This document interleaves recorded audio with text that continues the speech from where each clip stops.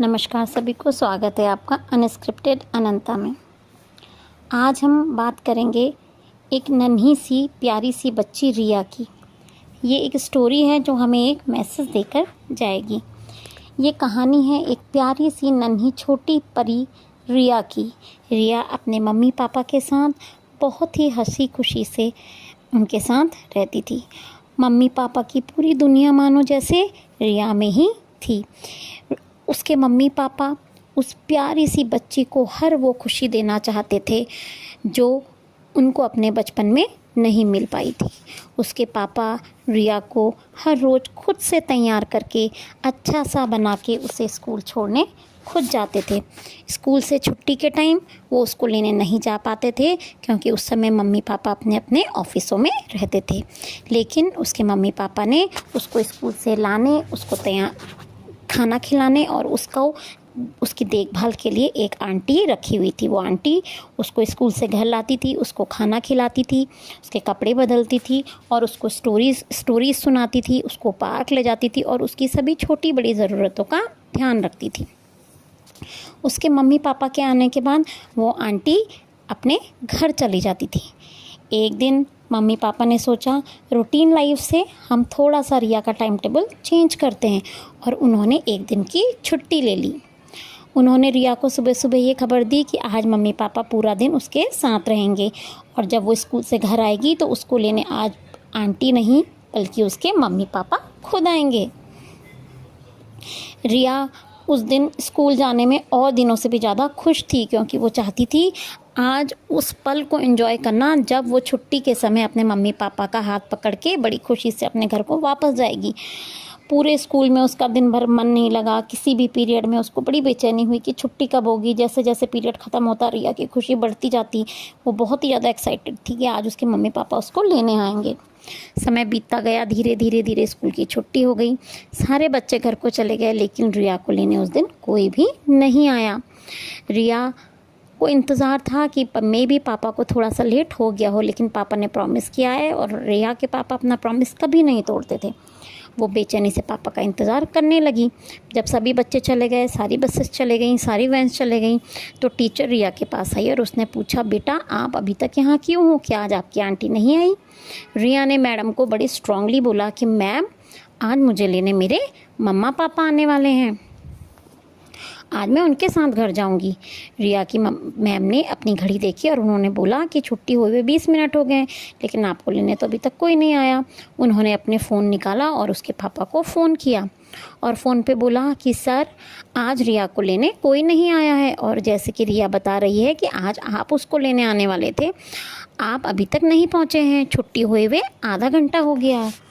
Mummy papa ने जैसे ही teacher का ये स्टेटमेंट सुना मानो उनकी तो पूरी दुनिया इधर से उधर हो गई। उन्होंने तुरंत घड़ी की तरफ देखा और वो बहुत ही शर्मिंदा हुए। उन्होंने टीचर से तुरंत माफ़ी मांगी और उसका ध्यान रखने के लिए कहा। आनन फानन में उन्होंने अपनी गाड़ी की चाबी उठाई और वो रिया के स्कूल की तरफ भागे। रिया का स्कूल क्योंकि थोड़ा सा घर से दूर था तो जाने में थोड़ा टाइम लग रहा था और ट्रैफिक तो जैसे बड़े शहरों की एक आदत सी बन गया है।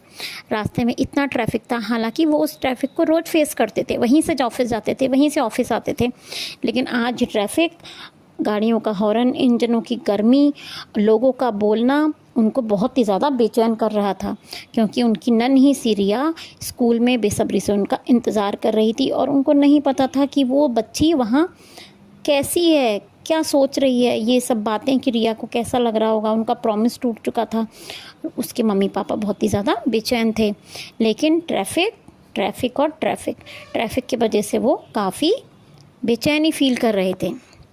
जैसे तैसे मुरझाया हुआ मुँह लेके वो स्कूल पहुँचे। स्कूल पहुँचते ही उनको बताया गया कि उनकी जो लाडली रिया है वो वेटिंग रूम में उसका उन दोनों का इंतज़ार कर रही है। दोनों बेचैनी से वेटिंग रूम की तरफ भागे और उन्होंने देखा कि एक कुर्सी में हमारी रिया सहमी हुई सी बैठी हुई है। उसको देखकर पहले दोनों एक दूसरे के गले लगे, मम्मी पापा। उनको बड़ी खुशी हुई कि हमारी जो बिटिया है वो यहाँ पे सेफली बैठी हुई है। उसके बाद पापा ने धीरे से बोला, रिया रिया। रिया के कानों में जैसे ही ये आवाज़ पड़ी, वो ज़ोर ज़ोर से रोने लगी। अभी तक जिन आंसुओं को उसने समेट के रखा हुआ था, मम्मा पापा को देख के वो आंसू बहने लगे। ऐसा लग रहा था जैसे रिया ने सोचा था कि आज के बाद वो अपने मम्मी पापा से कभी नहीं मिल पाएगी। वो डर, वो गुस्सा, वो बेचैनी रिया के आंसुओं के थ्रू सारी बह गई। मम्मी पापा ने दोनों ने एक एक करके रिया को बहुत प्यार किया, बहुत उसको हग किया, उसको किसेस किया और उससे माफ़ी मांगी और उसको बताया कि उनके ना आने का क्या कारण था। फिर तीनों हंसी खुशी अपने घर की तरफ चले गए और पापा और मम्मा ने प्रॉमिस करा कि वो लाइफ में आगे कभी भी ऐसी गलती नहीं करेंगे। रिया भी बड़ी खुश हुई और उसने इट्स ओके बोल के अपनी मम्मी पापा की सारी बात को समझा। जब वो घर को जा रहे थे घर को जाते हुए वापस उनको उसी ट्रैफिक का सामना करना पड़ा।